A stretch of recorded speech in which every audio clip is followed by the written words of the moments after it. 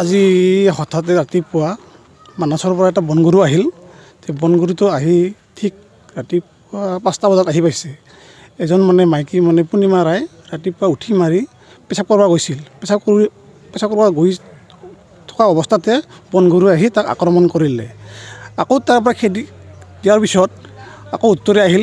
আহি কিনে দুজন মুছলিম মতা মানুহক হঠাতে আক্ৰমণ কৰি দিল। এতিয়া বনকৰ্মী আহিছে, যদিও আহিছে বনকৰ্মীয়ে উদ্ধাৰ কৰিব পৰা নাই এতিয়ালৈকে। যেনিবা যদি বনকৰ্মীয়ে উদ্ধাৰ কৰে তেতিয়াহ'লে আমি ৰাইজে সুৰক্ষিত হ'ব। তাৰ কাৰণে বনকৰ্মী আহিছে। এতিয়াও আছে, উদ্ধাৰ কৰিব পৰা নাই যেনিবা। উদ্ধাৰ মানস অৰণ্যৰ পৰা আহিছে। তিনিজনক আঘাত কৰিছে। তেওঁলোকে এতিয়া কাজলগাঁৱত আছে হস্পিটেলত।